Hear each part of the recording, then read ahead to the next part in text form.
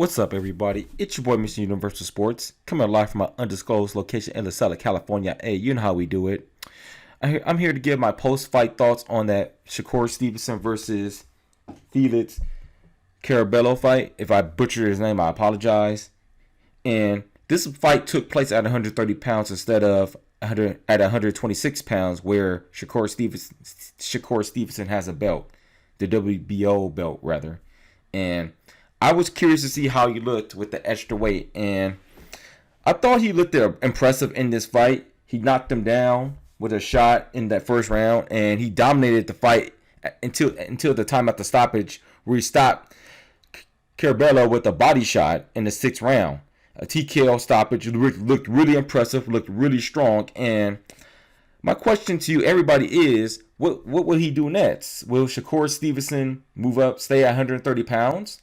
Or will he move back down to 126 pounds, which is the Junior Featherweight division? And I don't know. I think there's better options for him at 130 pounds if he chooses to stay there. I mean, the only fight for him at 126 pounds is really Gary Russell Jr. and two fights, Gary Russell Jr. and Josh Warrington. And I hate the fact that we got to discuss boxing politics, but I doubt he would ever get Gary Russell Jr. in the ring. I've been hearing for the past few months that he could possibly fight Josh Warrington, possibly in England later down the road, probably later this year or next year. I mean, he did. It looked like he did. I'm talking about Shakur Stevenson hurt his hand in the fight, so I'm not sure how serious that could be, but you never know. But I think there's better options for him at 130 pounds.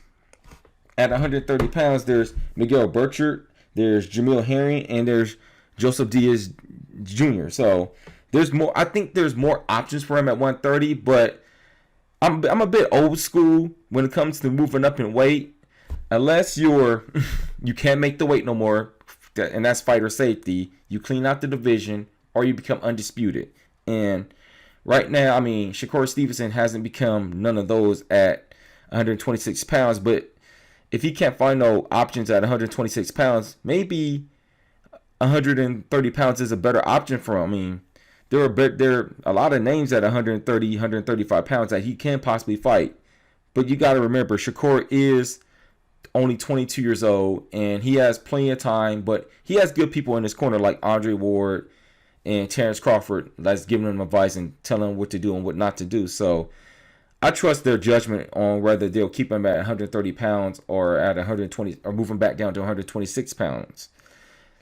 Obviously, this was a non-title fight, but he looked pretty strong at 130 pounds. But before we anoint him the next great Super Featherweight, let's see him fight. If he were to stay at 130 pounds, I would like to see him fight a couple more fights at 130 pounds to get his body acclimated and used to the weight. But tell me what you guys think about Shakur Stevenson's performance, and should he move up or should he move back down to 126 pounds?